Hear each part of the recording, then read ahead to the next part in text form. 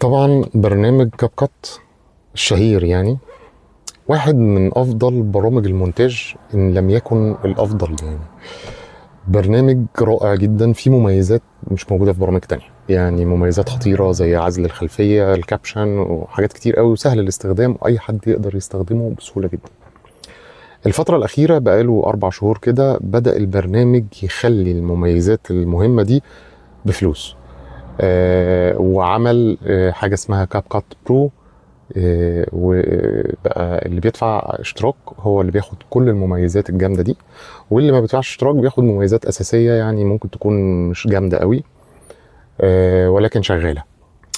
فالناس اتعودت على المميزات الحلوه دي ومش قادره تستغنى عنها. فالناس بدأ يحصل عندها حالة يعني من اللخبطة كده، مش عارفين يعني يستغنوا عن البرنامج. من الآخر الناس اللي هم بيصنعوا محتوى وبيعملوا قنوات على اليوتيوب أو على السوشيال ميديا أو على التيك توك، يعني كاب كات ايديهم ورجليهم. ظهر مؤخرا حاجه كده اسمها كاب كات برو مقرق. ناس كده يعني بيقولوا على نفسهم مطورين وهم ولا مطورين ولا حاجه، دول يعني ناس اشرار. بداوا يلعبوا في البرنامج كاب كات برو، ودخلوا جوه حاجات وبداوا يعني يتحكموا في الاذونات بتاعته، بحيث ان هو يبقى مقرق فيه كل المميزات مفتوحه بدون ما تدفع ولا مليم. الناس يعني بشكل غريب بدأت كلهم يتجهوا للبرنامج المقرق ده ويعملوا له داونلود. ايه المشكلة يعني نعمل داونلود للبرنامج ونستفيد من كل المميزات اللي موجودة من غير ما ندفع فلوس، يعني احنا مش ناقصين يعني. وترجع تاني الناس تستخدم كل المميزات الجميلة اللي في كاب كات بدون دفع فلوس. ويعني دي حاجة ماشي كويسة ولطيفة، ويعني الناس بتتصرف ومفيش مشكلة.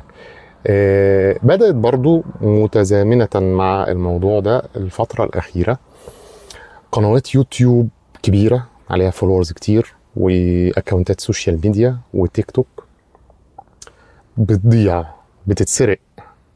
يعني الفترة دي الأكاونتات بتتلطش حرفيا.